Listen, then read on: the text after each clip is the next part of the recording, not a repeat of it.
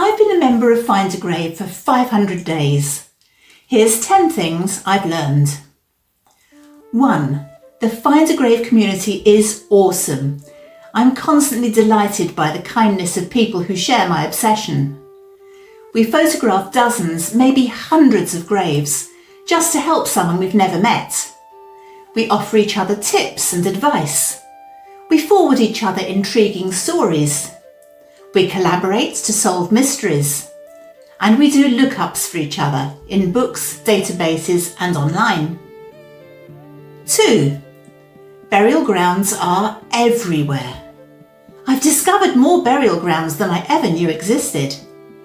There have been cemeteries to explore in areas where I've never been before, remote churchyards down country lanes, grand churches with amazing vaults, and tiny chapels hiding in plain sight. 3. I rarely go anywhere where there isn't a photo request.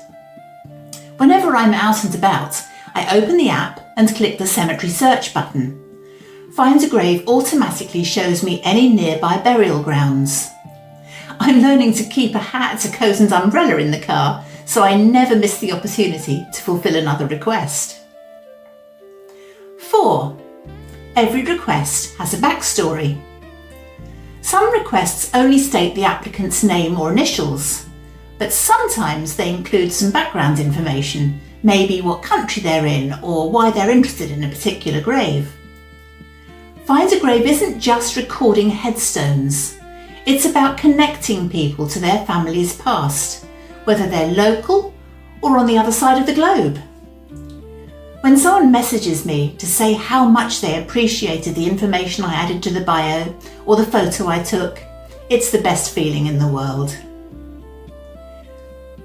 5. Every headstone has a story. I've found declarations of love, family secrets, crimes, sad stories, and tragic accidents. Inscriptions have made me laugh, cry, or scratch my head in total confusion. Each one is precious and a special part of this wonderful hobby. History isn't abstract when you see someone's name on a headstone and feel the weight of their memory at your feet. 6. I always turn on my camera's GPS. GPS is invaluable when you're grave hunting.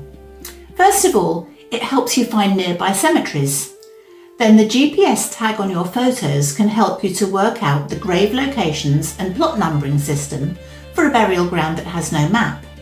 That's a huge asset to future volunteers and family members. GPS can even prove that a particular grave is or isn't where someone thought. 7. Bringing community history to life. I've often noticed groups of stones, whether it's clusters around certain dates or a collection with similar inscriptions. I've seen evidence of wars, epidemics, industrial accidents, mass reburials, and terrible tragedies which have affected the whole neighbourhood.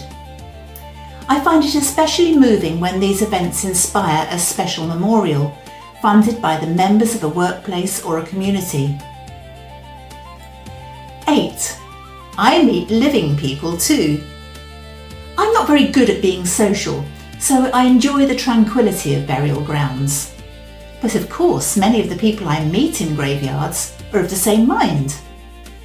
I've swapped stories with groundskeepers, topple testers, churchyard volunteers, dog walkers, family members visiting their loved ones, and of course, other cemetery enthusiasts. They're some of the nicest people I've ever met. 9. I love putting things right.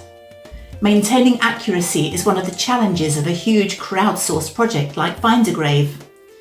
I get a real kick out of correcting mistakes, whether it's contradictions, errors copied from newspapers, misplaced graves, misspelled names, or mistranscribed dates.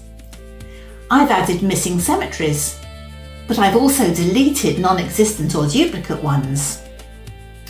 A lot of mistakes arise when people add information using secondary sources or third-party transcriptions.